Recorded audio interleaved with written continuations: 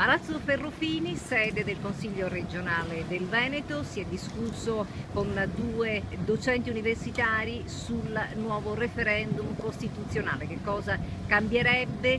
Anche lei, Nicola Finco, capogruppo della Lega Nord, alla fine ha detto la sua. Qual è stato in sintesi il suo intervento? Io ho ribadito il no a questo referendum costituzionale perché andrà a togliere potere alle regioni virtuose come le nostre. Renzi vuole cancellare le regioni, le vuole fare attraverso questo tipo di riforma costituzionale dove le competenze passeranno da 19 a 6. Una grande mazzata soprattutto per le regioni che da sempre funzionano, che danno dei servizi importanti ai propri cittadini. Penso solamente alla sanità. Che cosa rappresenta oggi la sanità del Veneto? È uno dei modelli a livello nazionale ed internazionale. Sapete che cosa vuole fare il governo? Vuole nominare i direttori generali delle ULSS a livello centrale, magari mandando in questi territori persone che provengono dalla Calabria, dalla Sicilia, gente che ha scellerato milioni e milioni di euro e che oggi vorrebbero governare la nostra sanità. Noi a questo ovviamente ci opporremo in tutte le forze, in tutte le misure opportune. Ecco, sappiamo anche che la Lega Nord sta partendo proprio con una campagna sprombattuto. Per che cosa?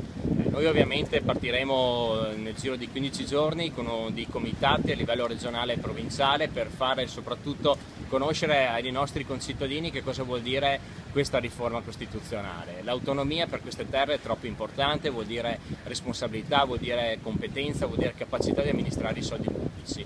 Non vogliamo assolutamente essere amministrati dal governo centrale perché abbiamo visto come in questi anni hanno amministrato le nostre risorse e se vogliamo garantire ancora dei servizi di qualità a questi territori dobbiamo lottare per mantenere l'autonomia.